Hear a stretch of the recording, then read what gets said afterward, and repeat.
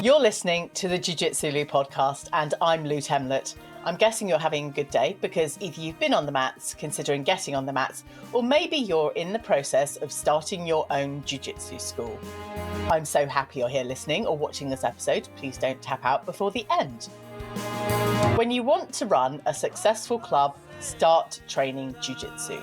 I'd like to welcome Kerry Davidson and Titus Burton to my podcast. Hi Kerry, hi Titus, how are you? Hi Lou. Yeah, we're good. We're really good today, actually. Yeah, how are you? Fantastic. Kerry, how are you doing? Yeah, same. I'm doing good today. Good. Okay, so Kerry, we have met before on the show. I've not yet met you in person. There is still time. But we were talking about lots of different things on episode 34, way back when. And now we're up to 88, which is incredible. And I know, Titus, you have been listening to a number of the episodes, if not all of them. So thank you very much for listening, as in, thank you to anyone that's listening or watching, because I really do appreciate your support to just continue to grow and be the best at Jiu-Jitsu podcasting. Kerry, when we spoke, you were a white belt. You are now a blue belt. Yes. How does that feel? It feels good, actually. I've been a blue belt now for just over a year. So I'm kind of more familiar with it. I'm more comfortable with it now. And it feels good. It feels like the right place for me right now. Good. And Titus, you're a brown belt. So a bit more experience than Kerry and myself. Talk to me about your kind of progress through jiu-jitsu. Would you want me to start at the beginning? Well, wherever you want to start, Titus. You've listened to a number of these episodes. Feel free to go where you're going. For me, let me kind of start where I'm at now and give you kind of a gradual journey. So when I was a white belt, I very much, I think I wanted to shed that belt. It was almost like a belt of shame for me, I think. Okay. And I progressed quite quickly. And then I got to blue belt, and then I was like, well, what am I doing? How do I even do an armbar? That kind of thing. Obviously, I knew how to do an armbar, but I think that self-doubt crept in. But as I kind of went through the different belts, you get to purple belt, and I was kind of like, I'm actually happy here. Brown belt, I'm like, well, this is coming really quickly now. And then just this weekend, I've gone up to a 4-stripe brown belt. I'm like, the black belt is kind of on the horizon. It's quite daunting in a way. Yes. I think, it's interesting that you've kind of progressed quite quickly through, your jiu-jitsu ranks. How many years have you been training now, Titus? So this is my 9th year. So I'd say it's probably about on par with what they say you would, get to your brown and black belt. But I think, like I was saying before, the more you do jiu-jitsu, the more you realize that there's so much that you don't learn. And there's kind of a naivety almost, like when you're a blue belt, you think, okay, I know so much, I can do this, I can do that, I can do this fancy move. But then you get through the ranks and you start to see that there's so much out there. There's so many different games, so many different styles. And then that little bit of self-doubt starts to creep in. But actually, for me, I think that's the real sign of progress, because then you know what you don't know. And so then you know that there's so much more to learn. And I think then you can start to adapt yourself to that game in that way. I have recently seen so many brown belts and kind of had conversations with them, and them noticing that everyone has a very different game. And I think it's only at that level, unless you listen to, great podcasts, that you would have that awareness. But I'm really interested in kind of drawing out the white belt being the belt of shame for you, Titus. Yes, that's a really good point. And actually, for myself, when I started, it was essentially me and 3 other friends. And I was the only white belt. They were blue belts. They were literally just promoted. Yeah. And I think I was always aspiring to get to their level. It was very much like a Shark Tank, to be fair, in terms of, I either had to progress quickly or I'd just get beaten up. Yeah. So I think that really inspired me to try and chase the belt. But when I got there, I realized actually the goal wasn't the belt. The goal really is skill acquisition. You know, it's really about being better at jiu-jitsu. And so where I'm at in my journey now, it really is more about, I want to be a black belt. I don't want to have a black belt. Ooh, that's a bit of a revelation. Yeah, I think it's the general mentality that I think you need to take on when you get up there in the level, because you don't want to wear something, because one of my old professors who always used to say, you know, it's just a piece of cotton and it covers 2 inches of your backside and you need to cover the rest of it. That was always his phrase. And I think the more I've grown in jiu-jitsu, the more I realize that is absolutely true. Nice. Now, Kerry, when we last spoke, you were a white belt. Now, I get the feeling that a white belt wasn't the white belt of shame for you. You actually quite enjoyed being a white belt, from what I remember. It was an interesting journey, Lou. So Titus might have moved through his white belt really quickly, but I was a white belt for 3 years. Yeah. And for me, it came with like a real roller coaster of emotions. I was really pleased to get my blue belt. I felt like I worked really hard for it. And I think, like what Titus is saying, I felt like a blue belt when I got my blue belt. It wasn't that I was given one, if that makes sense. And that's why I said earlier, like, this is where my place for me at the moment. I don't feel like a purple belt. Obviously, we're always working towards the next level, aren't we? But I feel like a good middle place blue belt, and I really just want to get really good here before I then progress. Okay, now some of us know that is the case. We just want to keep getting good at what we're doing. But often there are promotions that kind of surprise us. So it's about being prepared at any point, should anything happen, because on the mats, you never know. Let's just thinking about that with kind of competition, being thrown into situations where you might not expect to have to perform in a certain way. Do either of you have kind of relevant examples to share in your competitive jiu-jitsu world? Go on, I'll let you go, because you've done quite a few more than me. How do you mean, Lou? Recently, shall I say? So, kind of being prepared for the unexpected. Jiu-jitsu allows us to learn lots of different things, but often it's being in things like invitationals or competitions that then show up the things that we don't know and maybe catch us by surprise. Has there been anything in your kind of competition or kind of competitive spirit in jiu-jitsu that has kind of put you in that position? Well, that's such a good question. I suppose the only thing I could relate to, a few years back, I'd done a competition as a purple belt, and I came up against a judo black belt. And I think in that scenario, it was very evident he was a judo black belt. You know, you grip up with these guys, you can just feel, right? And I've seen a few of his previous matches, and he was really like throwing people about. And I think I've always kind of thought of myself as the kind of person who was going to be very strategic in how I would deal with other opponents. But immediately, just knowing that he had great throws and great takedowns, I was like, I'm going to stand up with this guy. And in hindsight, it was like a really bad decision, because it was the finals match. It was me and him in the finals.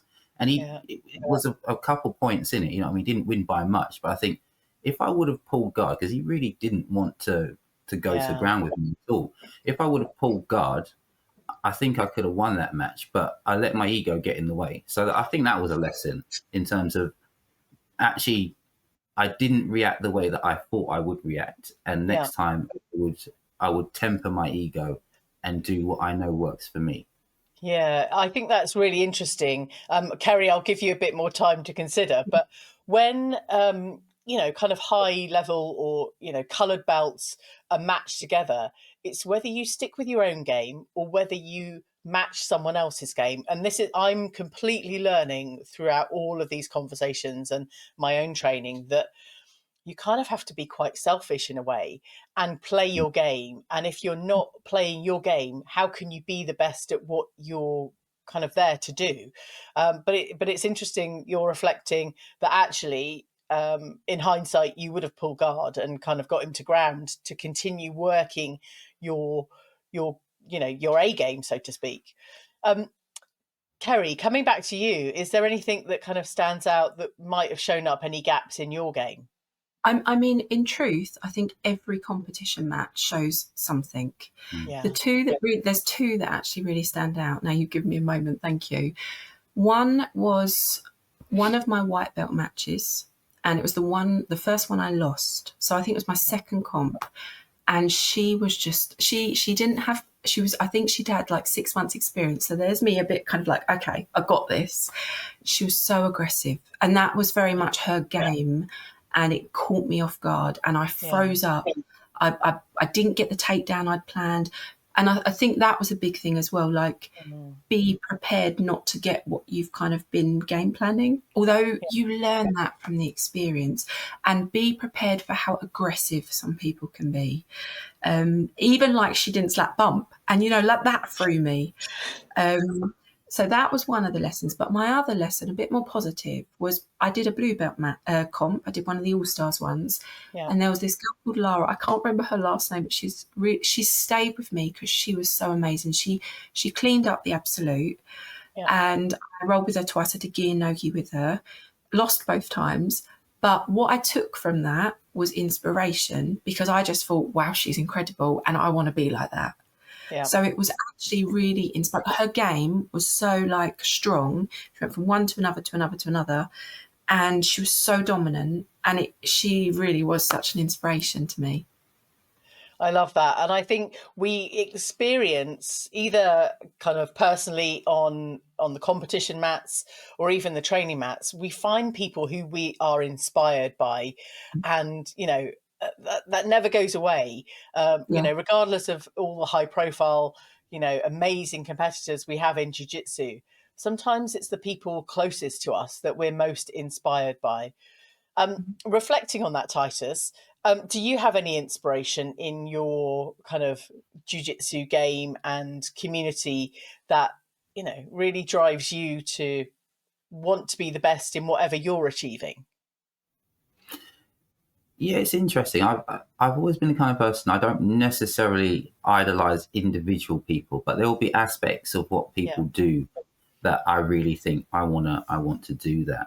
So even if I go back to like the start of my jiu-jitsu journey, for example, I came into jiu-jitsu, I was 6 years into Muay Thai, and I was actually pretty good. I'd done some interclubs, and I was always really good when it came to like getting the techniques and stuff. I was quite a decent striker. But I always thought to myself, what would I do if someone took me to the ground? I watched a lot of MMA. And there's one person in particular, I'll shout him out. His name is Ben Johnson. He's one of the head coaches now at Kent Grapple. And he always kept bugging me because he was doing jiu-jitsu at the time. He's like, you should come. And I was just like, all right, let me just do one lesson. And then I could say, I've tried it. And then I can say, it's not for me. So I went along and I tried it. And actually, they were showing Americanas at the time. And instantly, my eyes just went, I can see the practical application of how this works. Yeah. And I was hooked from there. But I think, just to answer your question, that was a bit of an inspiration for me, because if he didn't keep asking me to come along, I wouldn't have done jiu-jitsu. So there's one. And there's a few others as well. Good. Thank you for sharing that. And I like the fact that you saw a technique that you could apply in real life, or, just more practically in your own game.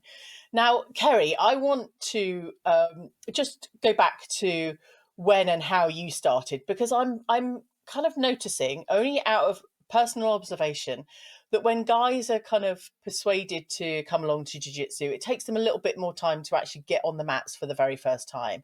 But some of us females, only out of, a survey of my own kind of people I know, that we are suggested that we go and we just start training straight away and we love it. How did you manage to get on the mats for the very first time? Interesting. So I was always more of a yogi, and it was just my conversation with someone, actually. He suggested to me you should start jiu-jitsu.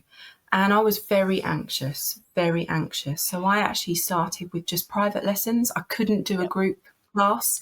I had about quite a few months of privates before I had the courage to do a group class. And yeah, so maybe a little bit different to some of the other women that you've met, but I did it in my own way that was right for me. Good. And from that initial suggestion, did you go, yeah, let's do some kind of private sessions, let's kind of build up, or did you procrastinate for a little bit longer before you actually started? Do you know what? I did procrastinate. And another factor was that I did a self-defense class, a random self-defense class, and I really loved it. And I was really quite good at it. Yeah. And there wasn't like a follow-up to it. It was just a one-off. So I think that nudged me as well. I can't remember what actually got me through the door. Actually, do you know what? I'm going to be really honest with you. So I said about having bad anxiety, like crippling anxiety. I was actually having some ADHD coaching, and my ADHD coach literally coached me through the front door, literally texting me, coaching me, getting through the front door. So I had the desire, but the anxiety was holding me back. And I've had to, that's not gone away very quickly. Like, even now, that's still there. You go to a seminar or something, it's still there. But yeah, I've done it. I've conquered it as much as I can, and I'm going to continue not letting that get me down or holding me back. I love that. Thank you for sharing, because I know a number of us will, have some anxiety feelings about stepping on the mats or returning to jiu-jitsu if we happen to be blue belts and taken time out. Not naming any names, you know who you are if you're listening. There's probably more than one person.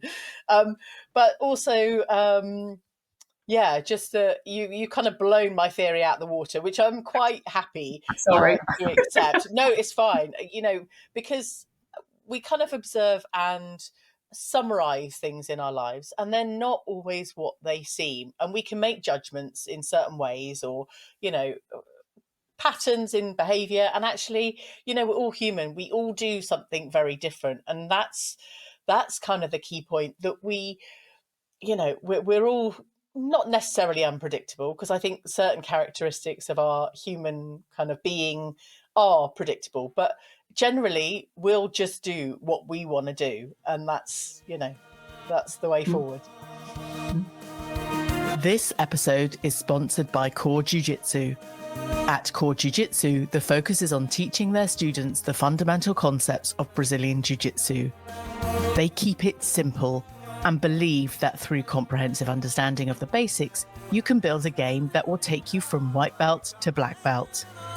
The gym is inclusive, safe, and very welcoming, where you will be encouraged to try BJJ, get fit, have fun, and learn some combat skills, even if you think martial arts are not for you.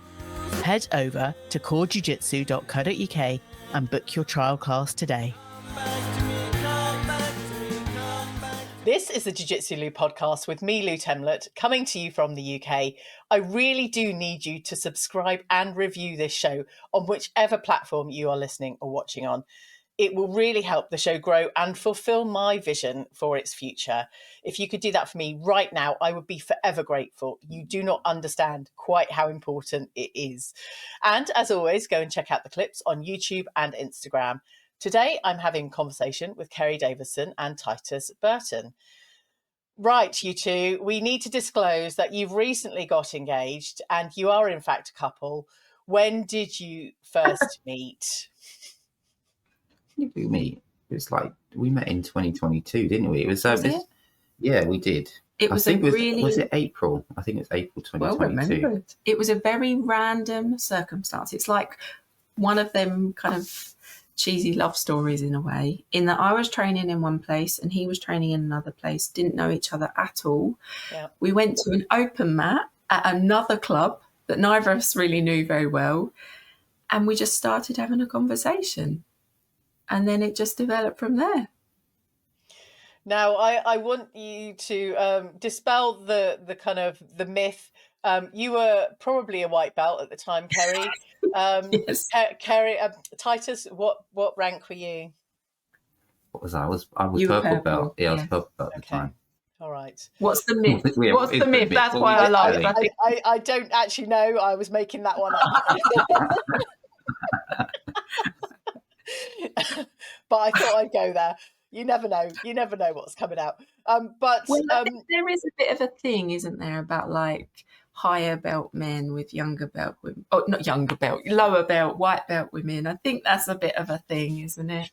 Anyway, we can put any kind of predetermined or perceived ideas out of the window. But you got together as a purple belt and a white belt, and you've had each other's support throughout all of that time, which I think is incredible. Obviously, blue and a brown belt now. How has your jiu-jitsu journey and your relationship kind of, run in parallel over the last couple of years?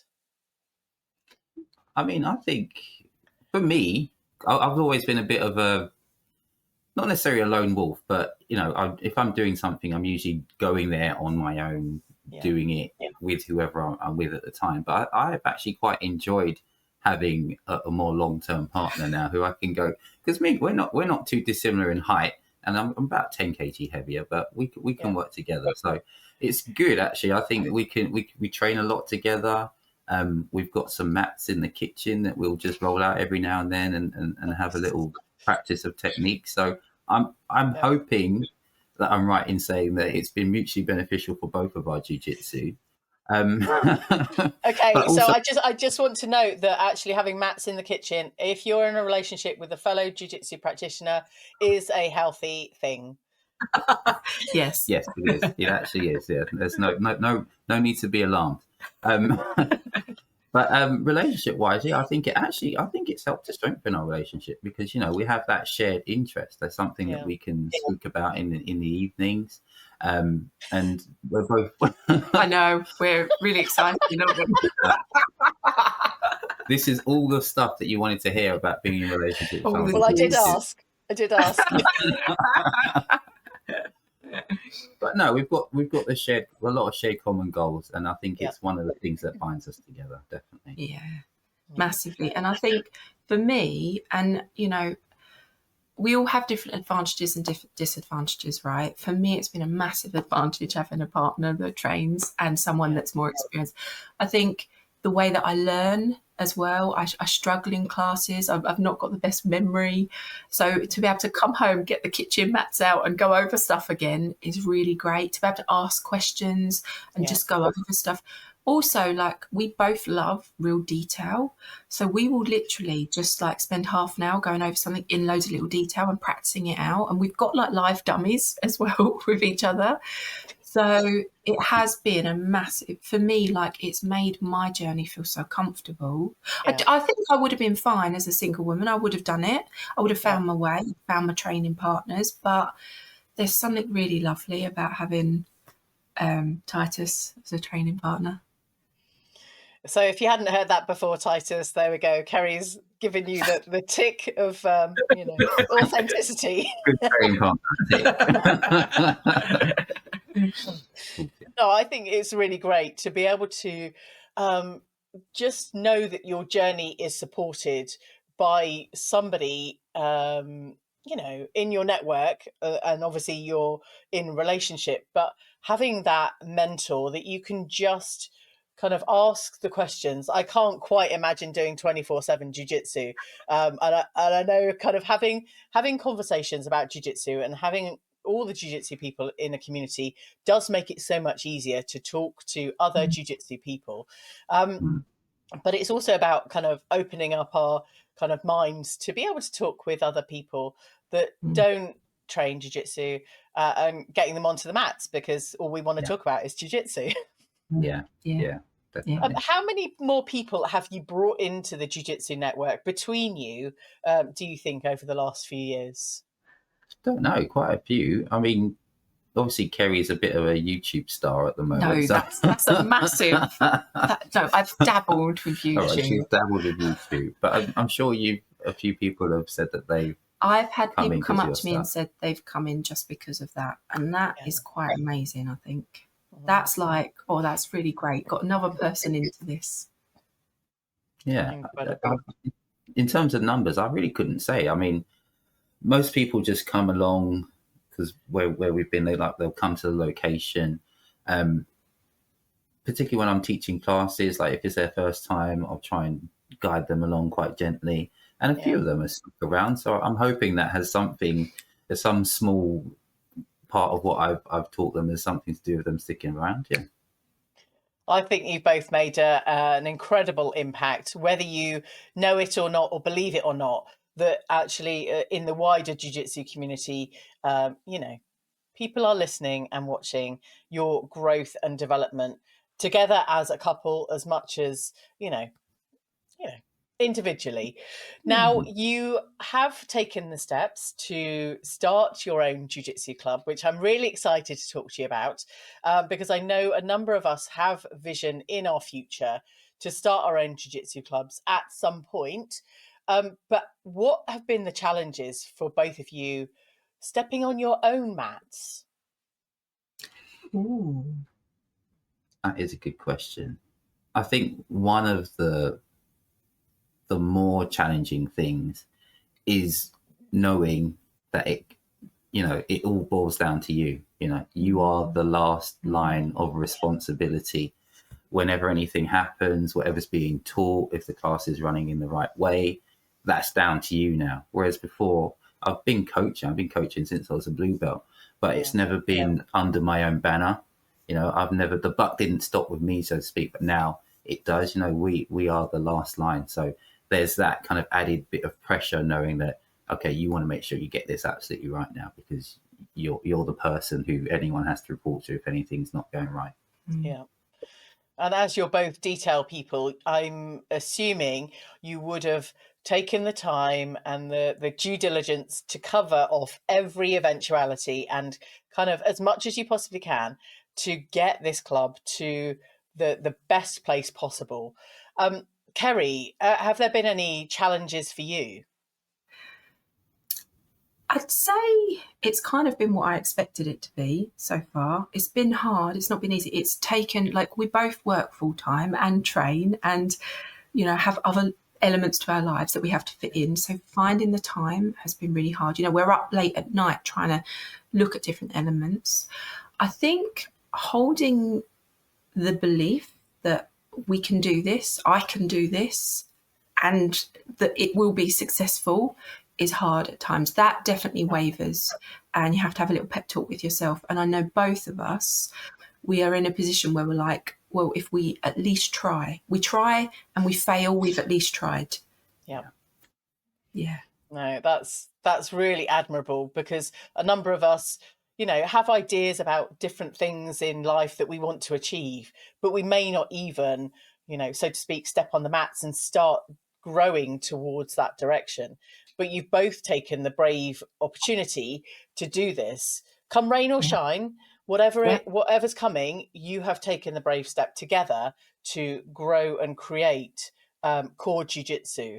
Now, I'd love you to talk me through some of the steps that you've kind of worked through, how much work actually it's taken you to get this to this stage. Now, when we're recording this, you haven't had your launch date, but I've seen all the work that's gone into that preparation. And by the time this goes out, you would have launched and you would have had a gym full of amazing, incredible jiu-jitsu practitioners, whether it's their first day or their, I want to say million days. It's not even that many days until you're 100. I can't remember. I'll do the maths later. So talk to me about the work that's gone into it. There's a lot of work, actually. I think there's a lot of elements. You look at a space and you kind of go, you just need to put mats in that space and it's fine. We're all good to go. And so that's kind of where we started. And then you kind of go, oh, wait, hold on. We need to now make sure that the mats are the right thickness. We need to make sure that we've got underlay. We need to make sure, there's radiators in where we're training it. We need to make sure the radiators are covered. The health and safety. Yeah, the health and safety aspect. We don't want anyone banging their head on the radiator. How the doors open, you need to make sure there's signs so that people know to take their shoes off the mats and all kinds of stuff. I mean, fortunately for me, I have this lady here who is an absolute stickler when it comes to detail. So I can rest assured that no stone has been unturned, but the actual work that goes into it is quite monumental. Yeah. And that's, he's described a lot of the physical. There's the insurances, even just researching that, bank accounts, setting up a limited company, and we haven't even got to like curriculum, teaching, social media. Yeah. I mean, social media is such a massive thing in itself. Content creation. There's just tons, Lou. Tons. I've probably missed some really crucial bits as well. You have, but anyone that is thinking about starting their own club will have to do their own research, and but maybe we'll also reach out to you for some of those hints and tips along the way. Now, your club is called Core Jiu Jitsu. How did you come up with the name?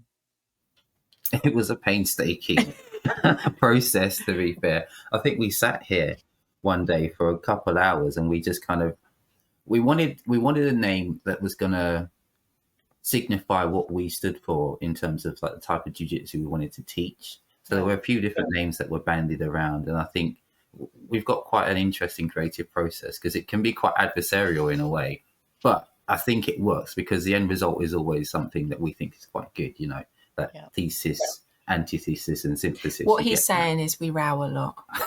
That's fine. That's fine. I literally got that. We knew that's what he was saying. Yeah. But thank you for the clarification. But no, I think the end result was Core Jiu Jitsu because we wanted to make sure that we're saying to people, we're teaching people the core tenets. Like I'm not saying that people doing berimbolos and entries into bear trap is a bad thing, but I think for your average practitioner, they just want to know some relatively basic or intermediate techniques that they can use in a live role or in a competition scenario. So that's what we want to try and focus on. Good. Now, one of the things that's always really important when you create any brand or any business, that you know what who your audience is and who you're targeting. Now, Kerry, I know you've had some challenges in starting and getting through the door because of ADHD and kind of various other things. Us women in our 40s might not be, jiu-jitsu might not be forefront of our mind, but who are you trying to help and get on the mats most? So we really want beginners, people who've maybe not trained before, or like you said, those blue belts. And I've already spoken to one as well. She knows who she is, who've taken a step back, had a family maybe, and a bit nervous to come back on the mats. We want a slightly different space to other gyms, not so macho. We want a softer space, which is why we've gone for our colour scheme, for example. It's nice and light and calm. We want a space for people who are maybe a bit nervous, you know, people who are maybe struggling, people who need some community, but who obviously want to learn how to fight, how to do jiu-jitsu. Yeah. But we really want to we both love helping people. That's kind of what we do in our work. Yeah. And we want that space for people who might not necessarily think they're a competitor, but be able to maybe take them to that experience and support them through that. Yeah. I think that's incredibly important that everyone, you know, there are so many gyms popping up all over the UK and probably around the world that we know of. And it's having that niche client, the niche kind of demographic of people that you are primarily helping that will kind of continue supporting the growth of your gym. And I think you've both experienced different challenges in starting or continuing your jiu-jitsu. So it really does feel like you're both in a fantastic position to be able to help and, you know, in some ways nurture those individuals, whoever they are, through the door to grow and develop and become who they might not think they can be. Yeah. If we can nurture individuals, if individuals can feel nurtured by us, I think that's success for me. Yeah, 100%. Okay, now I know on your socials and anyone can go and have a little look round, but give me some of the features and some of the details that you've kind of covered off, you know, in building your gym. I know you've got your radiator covers, but talk to me a little bit more about the space that you've got. So we've got about 60 square meters of mats and we're going for a bit more of an exclusive feel. We've got a really beautiful spot set in this like semi-rural. It's really lovely and quiet. The birds are outside. It's immaculately clean. We have a changing room. For our premium members, we have shower if they want to use that. What else would you say? Well, it opens up into a really nice space where there's a nice gathering area as well, we've got a little. We've got, this is your thing. Oh, I'm it's surprised just you a missed it little off. thing, There's but- a little drink station where you can have a tea, coffee, some water as well if you would like. So we just wanted to make it like a welcoming space that feels safe, secure, almost homely in a way. But really clean and high quality as well. And, you know, like changing space for women, because that's something that often is lacking in gyms as well. Yeah, absolutely. I've been speaking with a number of gym owners that have the privilege to have female changing spaces, and it's not every gym that has that. Has that facility, either because of the space or whatever it happens to be. But actually, when gyms do have that, I see them thrive and grow great female kind of participation in jiu-jitsu all the way up to competition and beyond. And it really does kind of even out the playing field between men and women in jiu-jitsu. I think it's just going to be incredible. Both of you bringing in so many new people or existing people into jiu-jitsu and just allowing them to, find their core, so to speak. Yes, I love that, Lou. You did that. Yeah. We're quite lucky that we know quite a big community already. Obviously, they're all training in their own clubs. So we'd love to bring some new people in, wouldn't we? We'd love that. Definitely. That's the main aim. But anyone who's existing is welcome as well. We're not excluding anyone by any means. Good. Now, before we started recording, we talked about avoiding promotions and things like that. Now, Kerry, you are a 3-stripe blue belt now. Yeah. Is that right? And obviously Titus, 4-stripe brown belt, which is, so close to those next steps. How are you ready for this growth, A, in your club, and B, your own journeys through jiu-jitsu? Yeah, it's really interesting. I spoke in the beginning about how I couldn't wait to shed the white belt. I think I've come full circle now, because I think I'm trying as much as possible to hold on to the brown belt. I realise how much learning I've got left to do myself and how much I want to try and get that quite literally under my belt before moving on. It's but again, for me, just to reiterate, I want to be the black belt. I don't want to have the black belt. So I just want to try and learn what I feel I need to learn, cover any gaps in my game, become a better teacher, or the best teacher I can be, because I think that's going to be where I'm moving into now, more that teacher phase rather than always remaining a student, but making sure that I'm learning so I can teach other people as well. Amazing. And for you, Kerry, Are you ready for this growth? Because I feel like it's all gonna. I know, I feel the same. I really am, Lou. And you know what I feel like inside of myself? I feel like this connection with this, I know this sounds a bit cheesy, but like this energy, and it's almost like it's driving me forward. It almost feels like it's happening for us, because so many little things have come into play that have just made it happen. I mean, it's been hard, we've had hurdles to overcome, but it really feels like we're being directed in this path. And I just feel really open to what's next. And I can't even say I can visualize it as such. I'm just really open to this. I'm quite excited. I'm really excited. I'm especially excited once we've kind of a bit more settled for us to get back into our learning. And for me, I'm going to be assisting classes. So to be kind of taking on more knowledge and that theoretical knowledge and a bit more hands-on maybe with people, and then seeing what happens in my jiu-jitsu, I'm really excited. I'm so looking forward to both of your growth and development. Having had your kind of recent-ish engagement, and maybe there's more to come. But we will watch this space rather than put you under pressure for any dates. Thank you. Yeah, that was letting you off the hook, Titus. I'll talk to Kerry. Yeah, I'll pay you later. Thank you. Right, how can people follow both your journeys and the growth of your new gym? So we're on Instagram. That's probably our main platform. We're on Facebook. I've got some personal stuff on YouTube if you want to see anything about my competing that I've done in the past. We've got a website, corejiujitsu.co.uk. Instagram is core_jiu_jitsu_jiu-jitsu. No, wait. Core _ Jiu _ Jitsu _. So just an underscore after every word, basically, which is probably going to be the best way to find us. And you can follow our journey on there as well, because we're going to keep updating any progress that we've got on the gym. So stay tuned. Good. And if you haven't already made it over to Core Jiu Jitsu, go and find them out. Go and pay that incredible gym a visit and meet Kerry and Titus in person. That's more a note for myself. Yes, Yeah, Lou, please come down. That'd be wonderful.